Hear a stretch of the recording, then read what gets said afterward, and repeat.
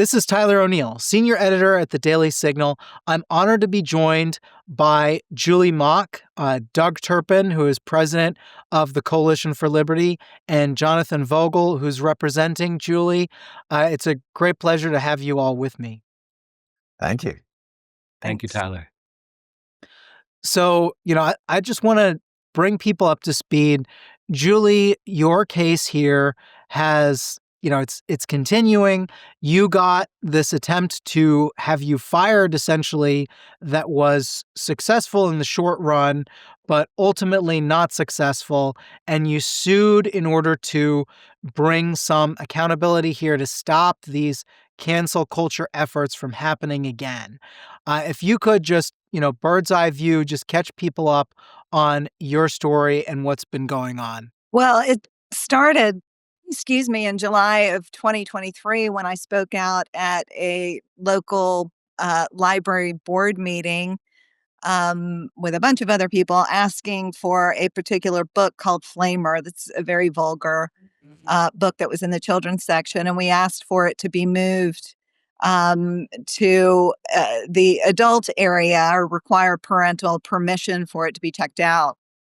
And there were some people from the local, the community next door to us, which is much more liberal, I guess you could say, because UGA is there and everything. And people from the LGBTQ community came out to speak in favor of the book staying in the children's section. And they basically just kind of jeered at me while I was speaking and, hissed whenever I said something they just disagreed with. One of the things that I said was I believe that the LGBTQ plus, the plus goes on to be inclusive of pedophiles. And that was kind of turned around on me, and people from the local Athens Pride organization reached out to my broker and said that I had said that everybody in the LGBTQ community were pedophiles and he should fire me. He did say that he agreed with what I was doing and saying, but he needed to protect his business. And about a month or two later, after they went on to file a complaint with the Georgia Association of Realtors, he did release my license and say I would need to have, a new broker to do business under. So I ended up going on and working with another broker for a short period of time and then getting my own broker license so I wouldn't have to worry about this anymore and starting my own company. But they filed a complaint with the Georgia Association of Realtors, which we ended up winning on appeal. They said that I had violated a hate speech caveat in the Code of Ethics, and we went on to prevail thanks to Jonathan and Doug. And but we had to appeal it, which was bizarre because it was on video that I didn't say what they were accusing me of saying, but they took it on anyway. So after that, we ended up filing the lawsuit against them. I'll let Jonathan go into specifics about that. I mean, it was dismissed using the anti-SLAPP statute, which ironically enough was designed to protect activists like me who are out there in the public forum speaking out. So we appealed that dismissal and did not prevail. So we took it to the Georgia Court of Appeals, and it was dismissed there as well. And then I'll let Jonathan kind of pick up from there on the legal aspects. But we're moving on and feel like we have a good argument for our case and believe that we'll prevail eventually with the Georgia Supreme Court. Tyler, if I may, just a couple things to bring this to your viewers in context. Here you have a local Georgia mom at the request of her community get up and simply ask for a so vile book to be moved out of the children's section and simply moved into the adult section where anybody could get it. Any parent could give it to their children if they wanted to. It just wouldn't be there for the young kids. And then you have a bunch of cancel culture activists knowingly lie about her, knowingly go to her employer with the intent in private communications of getting her fired. And they succeeded in getting her removed by threatening this poor person, and then filing false charges of hate speech. And then at the first round, we had liberal activists that literally said, the truth doesn't matter, feelings matter. And they felt like that's what you said, so you're guilty. And by the way, pedophiles are a protected class, and you insulted them. So we had to actually appeal this in order to get her off of an absolutely ludicrous charge. It was false. They knew it was false. And then we went to try to deter this type of behavior by filing a lawsuit.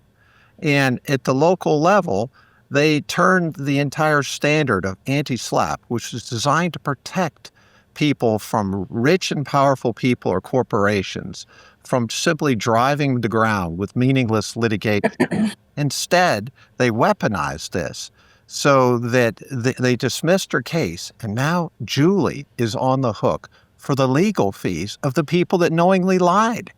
The precedent is of dire nature here.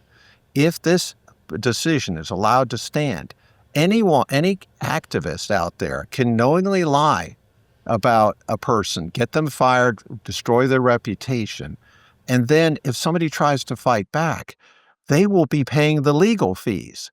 It's the exact opposite of what was supposed to happen. They've turned this on its head, and this is a very, very serious type of situation which could have national implications if it was allowed to stand. So we're taking this to the Supreme Court, and I'll let Jonathan go ahead and comment on the legal aspect. Yeah, Yes. I wanted to say, so Jonathan, if you would walk us through, the difference here between the claims that Julie was making in her case, and then, the anti-SLAPP is somewhat related, but it's a different law, a different type of litigation. Yeah, thanks, Tyler. We're in state court in Georgia, and Julie asserted claims under the Uniform Deceptive Trade Practices Act against Athens Pride and its then president. And she asserted claims for tortious interference with a business relationship and libel against another individual. And these individuals sent emails to her brokers. She's a real estate agent, and the second individual also filed a ethics complaint that Julie discussed to the Georgia Association of Realtors that was ultimately dismissed. And so, we knew that Georgia had an anti-SLAPP statute, and I'll explain what that is. And so we weren't shocked that the other side tried to get the case dismissed. We were prepared for that possibility that they would file that type of motion. Anti-SLAPP stands for Anti-Strategic Lawsuit Against Public Participation. So as Julie and Doug noted, it's a statute that some states have, Georgia has it, that is intended to enable a defendant to try to get a lawsuit dismissed right away, very early in the process, when the lawsuit is solely designed to stop someone from speaking on an issue of public policy and public importance and some issue of public concern. Generally, it relates to public statements that are made. But Julie's case is different because the statements that were made about her, the statements upon which she was suing, were private communications to her employer and private communication made to her professional membership association, that is with the Georgia Association of Realtors. So it would certainly not seem like that type of statute would fit here. And we were very surprised when the trial court dismissed the case under the anti-SLAPP statute, and then even more surprised when the Georgia Court of Appeals affirmed that wrongful decision. And we've got a few problems with the Georgia Court of Appeals decision, and that's why we're seeking to take it up to the Georgia Supreme Court right now. In fact, we'll be filing a petition very shortly at the Georgia Supreme Court asking the court to take the case. It's purely discretionary in Georgia. So we're asking the Supreme Court to take the case. And there are two primary reasons why the Supreme Court should take the case. In the first step of the analysis on whether the anti-SLAPP statute applies, the court has to determine whether the statements were made in connection with an issue of public concern. In this case, we don't think that statements that were made about Julie's employment are issues of public concern. It's a private vendetta to try to get her fired. It's your classic cancel culture scenario. But even if it was an issue of public concern, the statements that were made about her were not in connection with it, because the Georgia Court of Appeals has interpreted that phrase, in connection, as requiring statements that contribute to a public debate. Well, that makes sense when you think about the purpose of the anti-SLAPP statute, but it doesn't make sense when you compare it to the facts of our case. How can private communications made to her employer or to her membership association contribute to a public debate? I mean, these are not the types of statements that the anti-SLAPP statute was meant to address, and the Georgia Court of Appeals didn't really address that point at all. They kind of skipped over it. And so there's a real inconsistency in the Georgia Court of Appeals cases now. Their precedents say one thing, and this case says something else. So we're asking the Supreme Court to settle what the law is, because the Georgia Court of Appeals is all over the place and inconsistent. And that's the role of the Georgia Supreme Court, to make sure that there's some predictability. The other important argument that we're making to the Georgia Supreme Court to persuade it to take this case is that on the second step of the anti-SLAPP analysis, the Court of Appeals took some improper actions. In the second step, even if the defendant is able to prove that there was an issue of public concern, that their statements were in connection with that issue of public concern, Julie would still win if in the second step she can show that she has a probability that she will prevail. That is, the things that she alleges were said about her were in fact defamatory or were in fact deceptive conduct that violated the various claims that we've asserted. Now, the Georgia Supreme Court, in its precedent, and it's the final word in Georgia on the interpretation of the law, has said that when courts get to the second step, they are supposed to take what the person suing, in this case Julie, has said on faith, and if they can show a probability, if they've kind of hit the elements of the claim, then that's enough. Courts are supposed to weigh the credibility of who's saying what, a he said, she said. They're not supposed to weigh the evidence and say, well, I think this side probably has the stronger case and will probably win. They're not supposed to do that. But in our case, that's precisely what the Court of Appeals did. We said what Julie said is completely different with what the defendants, Athens Pride and Bonanno and Bell, the way they characterized what she said. Now, the other side says, well, it's essentially the same. Okay, well, then there's two arguments. But she has demonstrated a probability that she will prevail. This is an easy step to overcome, and the case should go to a jury. So here, the Court of Appeals did not adhere to what the Georgia Supreme Court said courts are supposed to do at the second step. Those are the two primary reasons, Tyler, why the Georgia Supreme Court should take this case. Yeah, I think that's helpful. How frequently I know from covering national politics and national courts, that the U.S. Supreme Court chooses only a very tiny minority of the cases that are appealed to it. Does Georgia's Supreme Court have a similarly high bar and small pool of cases that they take up? Yes, it's similar to how the U.S. Supreme Court decides whether to take a case. The Georgia Supreme Court standard is to only review cases in this scenario that are extraordinary and have some very important impact statewide. We think that qualifies because among the reasons the Georgia Supreme Court's rules give for finding a matter to be extraordinary and of statewide importance is when the Court of Appeals is not being consistent. And so the people don't know what the law is because the Court of Appeals has said different things at different times in its cases. And another reason why it's extraordinary is because the Court of Appeals is not even listening to what the Georgia Supreme Court has said is supposed to happen at the second step. The probability that Julie will prevail, that step. And frankly, going beyond that, there's the policy reason. I mean, should the anti-SLAPP statute be weaponized to enable cancel culture tactics like this?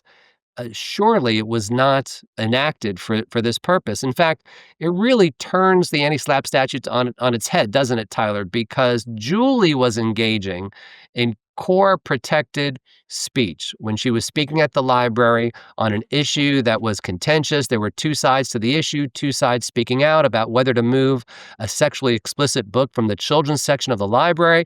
I wouldn't think that would be a controversial issue, but somehow it was when people showed up to argue to keep it in the children's section, keep sexually explicit books in the children's section. But the point is, Julie's speech at the library, that's the classic protected speech that the anti-SLAPP statute was enacted to protect. This turns it on its head to think that people who mischaracterized what she said and tried to get her fired and tried to ruin her employment and her profession, to think that that is protected, for them to wrap themselves in the American flag and say that they're protected, seems outrageous and seems like a real, again, weaponization of the anti-SLAPP statute, not how it was intended. And so what Julie needs is for the Georgia Supreme Court to take this case and explain to the people what the anti-SLAPP statute means and how it's supposed to be interpreted and used in the state of Georgia. What other things stood out to you? I think, Doug, you had mentioned to me that the appeals court had referred to this transgender individual using preferred pronouns as opposed to Yes. just using a last name. In a case like this, where you have the debate on that issue is central to the case, it almost seems like you're tipping the scale, depending on how you refer to this person. It certainly did. The narrative seemed to kind of follow along the woke transgender activist thought process, the way everything was phrased, the way everything was written, how they overlooked the facts and the law, and just basically just wrote something because that was the way they felt, maybe was just or correct. And that's the whole thing, that judges are supposed to interpret the facts and the law, not their personal preferences. So it was kind of disturbing to us how it was written. But the core thing is, this Coalition for Liberty was designed to be able to support everyday individuals out there from cancel culture tactics. Now we have the extreme risk to the public of cancel culture activists weaponizing this to be able to go after people in an organized way and destroy their lives, and then say, if you try to do anything to us, you're going to pay our legal bills. That is what the chatter is among the Georgia activists. They are celebrating now, saying, look at how we can go after ordinary Americans, and we can do anything we want to them, and they will pay our legal bills. That is a precedent of tremendous importance. Julie, when you read these opinions, that ruling against you and in favor of the people who contacted your employer and the Georgia Association of Realtors in order to hound you out of business, what was your reaction, and how do you square these things? I mean, you go to the courts seeking justice, and this is what you find. Yeah, I don't square them because it just makes absolutely no sense. And it's not just the cancel culture, it's the fact that they're canceling me based upon misquoting me. It's they're not even, you know, using facts. And there's video of me speaking at this, library board meeting.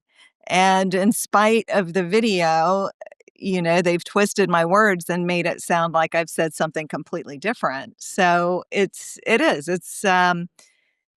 really bizarre. I mean, it's you just want to shake somebody and say, "Are you not listening to what happened?" It's really okay to make up a lie about somebody to try and get them fired based upon a lie, and that's okay. It really is, it's bizarre, and yeah, to see the courts agreeing with it makes me wonder, do they not understand the facts? Although I think Jonathan's done a fabulous job of laying everything out, it really it's mind-bending to me. I can't understand it at all. Well, yeah, I read in the latest ruling, there's this section toward the bottom where the appeals court judge just immediately takes, and it was it was almost gaslighting to me, if the way I read it is right, because he essentially says, "Oh, Julie Mauck, when she said that LGBTQ plus goes all the way to P for pedophilia, she meant the same thing as somebody saying the entire LGBTQ community are pedophiles." And I'm Right. like, no, like, and how did you write that sentence? Right. And like, what Yeah. reasonable person would come to this Right. conclusion? And then you have the chair of the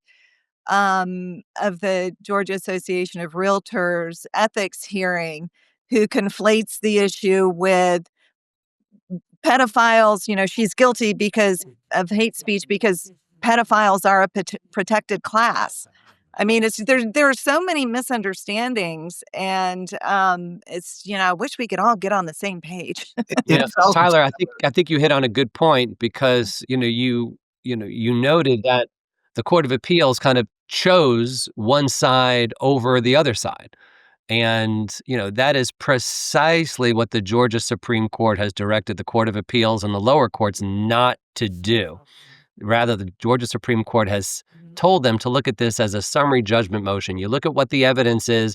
If there's evidence on both sides, well, then so be it. It satisfies the standard. The case moves forward.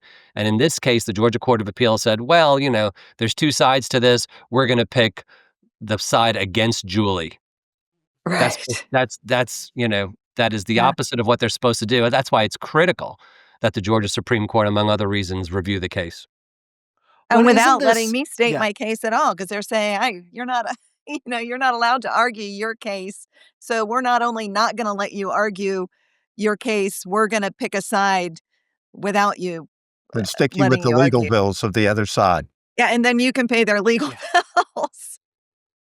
Right. On that, Tyler, the point that Doug and Julie are making on that is under the anti-SLAPP statute, if the other side prevails in getting the case dismissed under the anti-SLAPP statute, then Julie has to pay their legal bills. So, the statute, weaponized this way, puts someone at great risk when someone like Julie, all they're trying to do is be an activist for the protection of children and protect their good name and their profession when somebody sends a private message to their employer to try to get them fired. And to Yeah. put someone like that at risk of having to pay someone else's legal bills just because they're trying to, protect themselves and get compensated for their losses when they lost their job is outrageous for it to be applied in this scenario.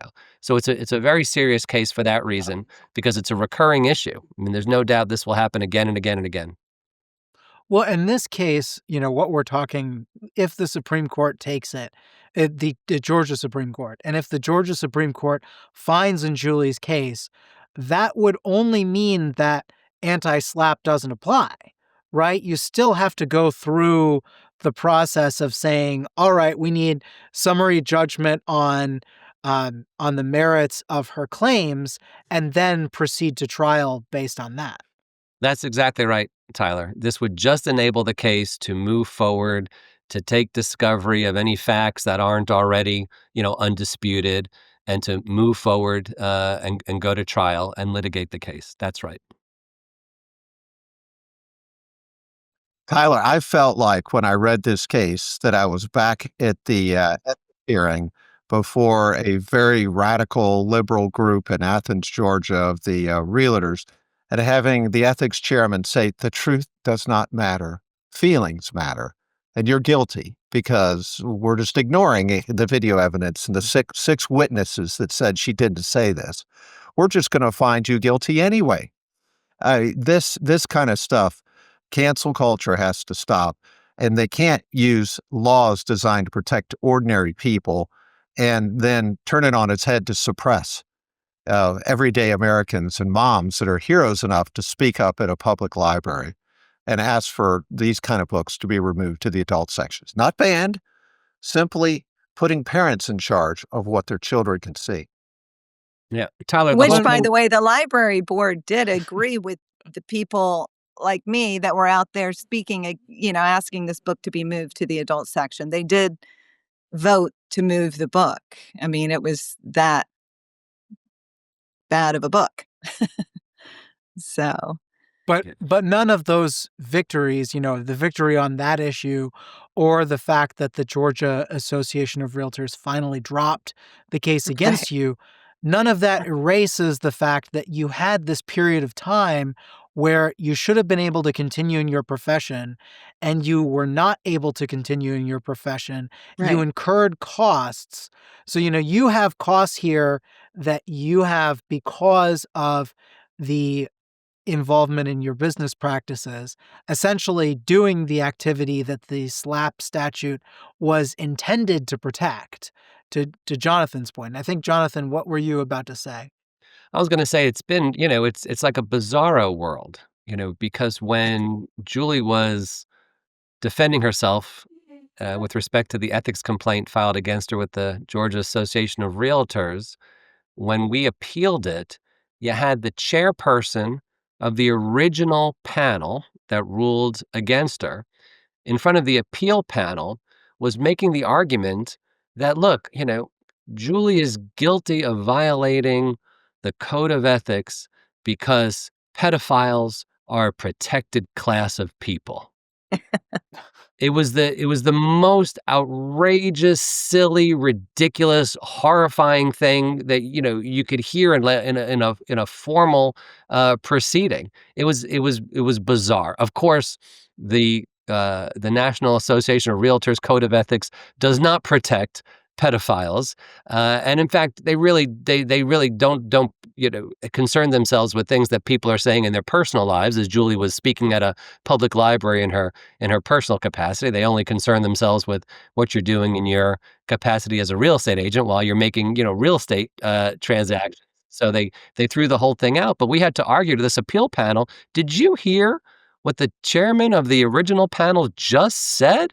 He thinks he thinks pedophiles are a protected class, that you can't express concern about pedophiles, and thankfully the appeals panel, I think, shared our view that that was outrageous. The whole thing was silly and ruled in Julie's favor and dismissed that ethics complaint. But Tyler, you're right. I mean, that doesn't change the fact that Julie was out of work for a period of time because these individuals and this organization in Athens, Georgia, called Athens Pride, contacted her employer and made that ethics complaint, and she lost revenue and she had to defend herself in front of the ethics board, and that cost money. And so, this is a case where she's seeking compensation for her damages. Well, I think that public-private distinction here is really key, because when you're talking about, somebody reaching out to an employer and then being somehow protected by the anti-SLAPP statute for comments that they intended just to go to the employer, not to go to the public, not to go to a journalist who's trying to report on something, not to, not actually themselves speaking in front of the school board, but just going person to person, doing what Julie says is interfering with her business practices, that constitutes a public debate. I mean, it's Right. No, I think it's silly because trying to get Julie fired from her job is an act of a private vengeance, and vendetta. It's not an issue of public concern. She's not an elected official. She's not some famous CEO of a big company in the county in which she lives. She's a private individual. She's a mother. She likes to be active in important causes, primarily for the protection of children, and things that she says are not issues of public concern. I think it's silly, and frankly, in the past, the Georgia Supreme Court has stated that courts should look to, if you can believe it, Tyler, the California courts, because Georgia's anti-SLAPP statute was modeled after California's anti-SLAPP statute. But even if you do look to California courts, the California Supreme Court has said when there are private communications, when you're analyzing under the anti-SLAPP statute, private communications, there's a much heavier burden to to be able to demonstrate that those private communications contributed to a public debate and are therefore protected activities. It's got to be the rare case where a private communication contributes to a public debate and would be protected activity under the anti-SLAPP statute. And that's precisely what we have here, which is another reason why it's very important for the Georgia Supreme Court to review the case. And Tyler, if your listeners want to go ahead and support Julie and support our efforts, the Coalition for Liberty would love to have their support. You can look at our website, coalitionforliberty.com, and we're looking to help people like Julie all across the country, just everyday Americans that have nowhere else to turn when the woke radicals are trying to destroy their lives simply for saying the truth. Yeah, so you go to, and that website again is? coalitionforliberty.com. Yeah. And Tyler, And this became such a big thing with the Association of Realtors. Leftists were going out and attacking a lot of realtors, conservative realtors, because of this hate speech caveat, and they've since removed it because it was being weaponized against conservative realtors anytime they would speak out about something. So fortunately, that adjustment has been made. But unfortunately now, we've got the same groups of radicals in Georgia that are coalescing right. on this and looking to use this in an organized fashion to destroy people.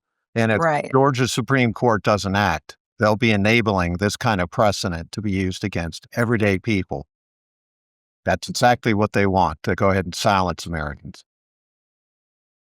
Well, thank you so much, all three of you, for joining me. Is there anything else about the case, or, Julie, do you feel optimistic about this filing, or are you just like you want to have the case over? How are you approaching this? I feel optimistic about it. I think anybody that would read it, would understand that the argument is there, and this case needs to be heard. And I think Jonathan's done a great job of laying it out. I'm just so appreciative for Coalition for Liberty and Jonathan for moving forward and representing me at every level. And, having that support means everything to me. So, but I do feel optimistic about it. But it wouldn't be the first time I felt optimistic either. I just don't understand how we're even here. So. Yeah, no, it is very surprising, and I hope that Georgia Supreme Court does take it up, because it seems, as Doug was saying, I mean, this sets an absolutely awful precedent. Well, thank you again so much for joining me. And our followers can go to coalitionforliberty.com and find Jonathan's work on this case. And then, Julie, thank you for staying in this fight and really working to restore your good name. I've covered so many cases of people being defamed for standing up for the truth and protecting our kids. And I think yours is one of the very inspiring ones. Thank you so much. Thanks. Tyler, we really appreciate it. Thanks, Tyler.